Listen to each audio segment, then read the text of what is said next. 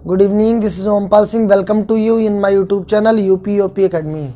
Next question है हमारे सामने क्लास 9th एक्सरसाइज 1D का 8वां क्वेश्चन है हमारे सामने, जिसमें कह रहा है कि नीचे दिए गए कथन सत्य हैं या असत्य, कारण के साथ अपने उत्तर दीजिए। नीचे 3 पॉइंट्स दिए गए हैं, 3 सवाल दिए गए हैं, इनको आपको बताना है कि सत्य है कि असत्य हैं और उनका कारण भी बताना है क्यों सत्य है अथवा क्यों असत्य है।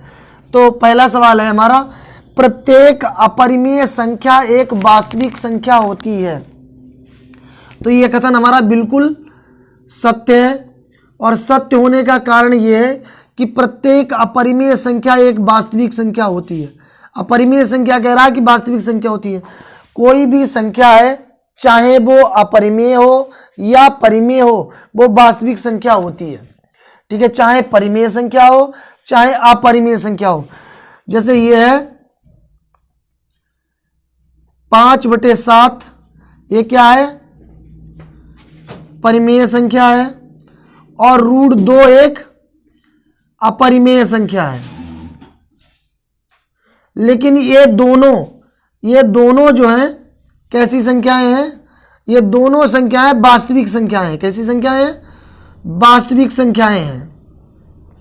इसमें कह रहा है कि अपरिमेय संख्या एक वास्तविक संख्या होती है, तो अपरिमेय संख्या भी वास्तविक संख्या होती है, परिमेय संख्या भी वास्तविक संख्या होती है। तो ये हमारा बिल्कुल सत्य कथन है। दूसरे कथन में कह रहा है कि संख्या रेखा का प्रत्येक बिंदु रूढ़ यम के रूप का होता है, जहां रूढ़ यम एक प्राकृत संख्या है। तो रूढ़ यम के रूप, इसमें कह रहा है कि संख्या रेखा का प्रत्येक बिंदु, ये संख्या रेखा है, इसका हर बिंदु रूढ़ यम का होता है। जहां रूढ़ यम एक परिमेय संख्या है, वो जहां रूढ़ यम के रूप का होता है, जहां रूढ़ यम एक प्राकृत संख्या है। तो रूढ़ यम कोई प्राकृत संख्या है, ये 0 हो गया। ये रूढ़ यम का मतलब 1 हो सकता है, रूढ़ यम का मतलब √2 हो सकता है, रूढ़ यम का मतलब √3 हो सकता है, रूढ़ यम का मतलब √4 हो सकता है। इसी तरीके इधर माइनस में हो सकता है, माइनस का √1, माइनस का √2, ऐसा हो सकता है। ये क्लियर है, इसमें कोई दो राय नहीं है कि रूढ़ में कोई संख्या हो सकती है संख्या रेखा पर, लेकिन ऐसा नहीं है कि रूढ़ में ही हो। रूढ़ के अलग भी हो सकता है, जैसे ये 0 है, 1 हो सकता है, 2 हो सकता है, 3 हो सकता है, 4 भी हो सकता है, -1, -2, -3, या फिर पॉइंट में हो सकता है, 0 हो सकता है, 1.2, 1.3, 1.4, कुछ भी हो सकता है। ठीक है, इसमें कह रहा है कि केवल रूढ़ में ही हो सकता है। संख्या रेखा का प्रत्येक बिंदु रूढ़ यम के रूप का होता है। प्रत्येक बिंदु रूढ़ यम के रूप का होगा, तो प्रत्येक रूढ़ यम के रूप का नहीं होगा। जरूरी नहीं है कि रूढ़ में ही कोई संख्या हो। तो ये कथन हमारा बिल्कुल असत्य है।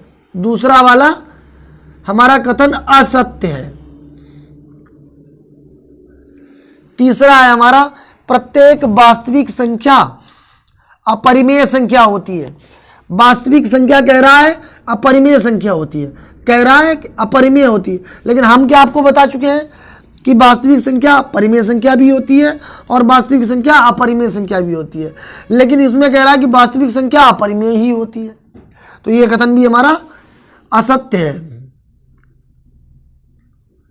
क्योंकि वास्तविक संख्या परिमेय और अपरिमेय दोनों होती है। इसलिए हमारे नीचे के 2 कथन असत्य हैं, ऊपर का एक कथन सत्य है। Thank you very much. जय हिंद, जय भारत।